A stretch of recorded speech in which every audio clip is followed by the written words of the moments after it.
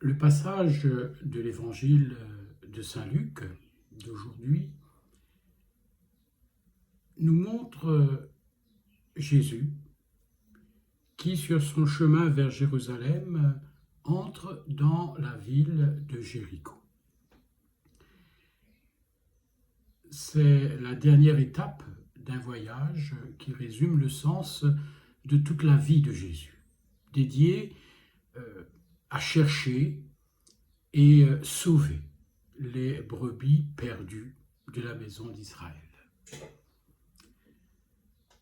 À Jéricho advient l'un des événements les plus joyeux racontés par saint Luc,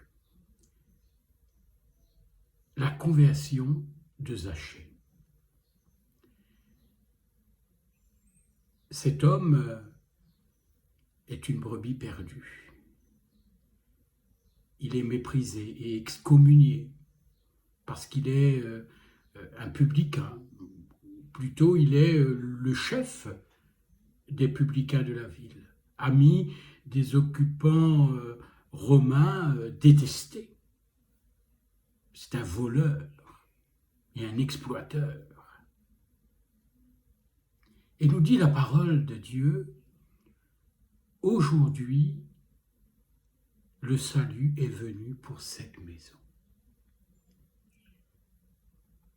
Frères et sœurs, le salut est venu dans la maison de Zachée, parce que d'abord, Zachée était vraiment en quête de son Seigneur.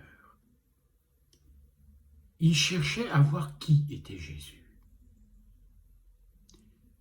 Au milieu des soucis de son métier, fatigué du mépris des autres, dégoûté de tant d'années perdues à frauder la justice,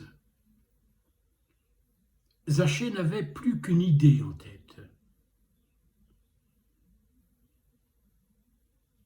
Un nom. Jésus. Devant Jésus, il pourrait s'expliquer. Et le plus important, avec Jésus, il pourrait recommencer sa vie. Frères et sœurs, notre misère à nous, trop souvent, c'est d'avoir dit adieu au recommencement et de traîner notre vie à mi-pente en nous résignant à des compromis. Accepter la situation dans laquelle nous sommes et refuser de voir qu'en face de nous, il y a le salut. Il y a la promesse du salut que Jésus est venu nous offrir.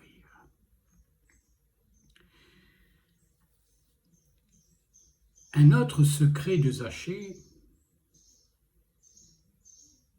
c'est de savoir reconnaître ses limites et d'agir en conséquence. Avec sa petite taille, il aurait pu, perdu dans la foule, se tenir pour battu. Mais non. L'espérance vive le rend inventif. Qu'importe le handicap, pour voir Jésus, il trouvera bien une astuce.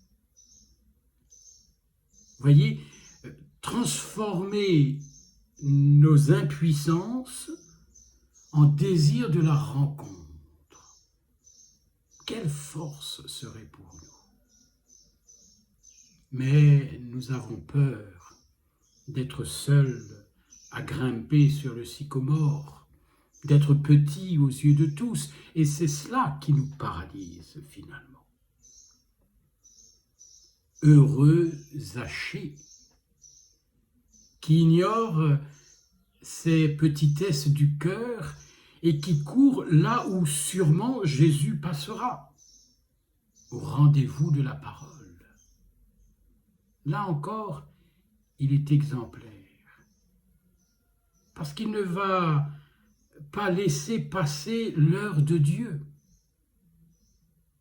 Dans son arbre, tout essoufflé, il guette, il attend, il espère. Faut-il appeler? Faut-il faire signe? Jésus va-t-il seulement l'apercevoir?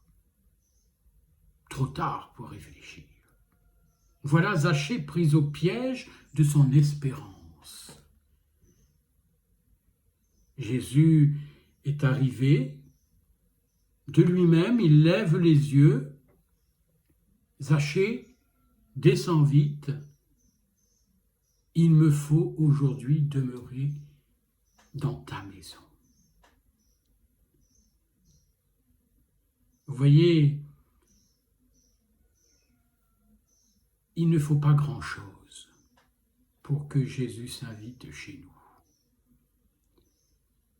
Il lui suffit de voir qu'il est attendu.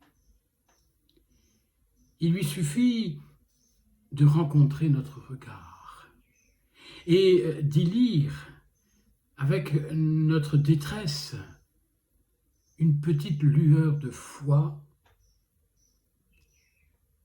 et de sincérité.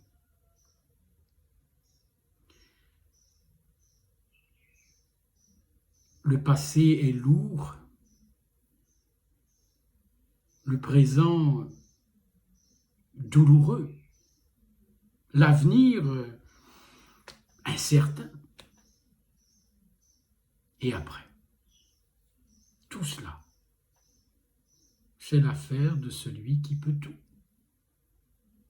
Ce qui importe jour après jour, et Zachée l'avait bien saisi ce jour-là, c'est d'accueillir Jésus avec joie.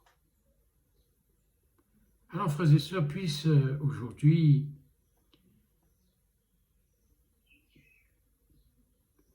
que le Seigneur vraiment nous donne cette grâce